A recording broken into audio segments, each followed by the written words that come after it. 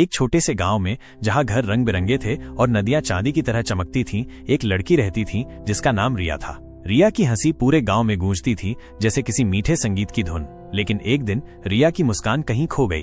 वो उदास रहने लगी और उसकी आंखों से चमक गायब हो गई। गांव के बूढ़े लोगों ने बहुत सोचा, पर किसी को समझ नहीं आया कि रिया की मुस्कान कहाँ चली गई। तभी गांव की सबसे बुजुर्ग दादी माँ ने बताया कि शायद रिया की मुस्कान बादलों के पार सितारों के देश में चली गई है और उसे वापस लाने के लिए एक जादुई तितली की मदद लेनी पड़ेगी।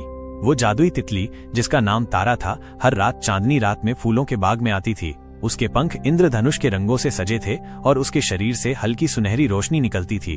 अगली चांदनी रात रिया फूलों के बाग में गई और तारा का इंतजार करने लगी। थोड़ी देर बाद एक धीमी सी चमक दिखाई दी और तारा धीरे धीरे रिया के पास आकर बैठी।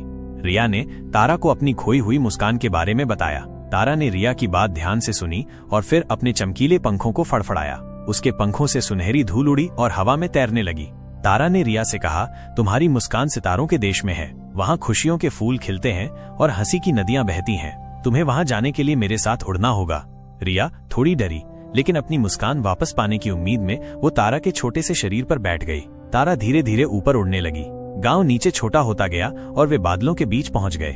बादलों के पार सचमुच सितारों का एक देश था। तारे रंग बिरंगे फूलों की तरह चमक रहे थे और उनकी रोशनी में सब कुछ अद्भुत लग रहा था। तारा रिया को एक ऐसे बाग में ले गई जहां हंसी के फूल खिल रहे थे। हर फूल से मीठी हंसी की आवाज आ रही थी। तारा ने रिया को एक छोटा सा चमकीला फूल दिखाया और कहा, ये तुम्हारी मुस्कान का फूल है। इसे अपने दिल से लगा लो, तुम्हारी मुस्कान वापस आ जाएगी। रिया ने धीरे से उस फूल को तोड़ा और उसे अपने दिल से लगा लिया। अचानक उसे अपने अंदर एक गर्म और खुशनुमा एहसास हुआ।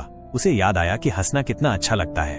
तारा धीरे धीरे रिया को वापस गांव ले आई। जब रिया अपने घर पहुंची तो उसकी आंखों में वही पुरानी चमक लौट आई थी। उसने अपनी माँ को गले लगाया और फिर जोर से हंसी। उसकी हंसी फिर से पूरे गांव में गूंज उठी, पहले से भी ज्यादा मीठी और प्यारी। उस दिन के बाद से रिया हमेशा खुश रहने लगी और उसने कभी अपनी मुस्कान को खोने नहीं दिया। उसे याद था कि उसकी मुस्कान सितारों के देश से आई है और वो हमेशा उसके दिल में रहेगी। और हर चांदनी रात वो फूलों के बाग में जाती और तारा को धन्यवाद कहती।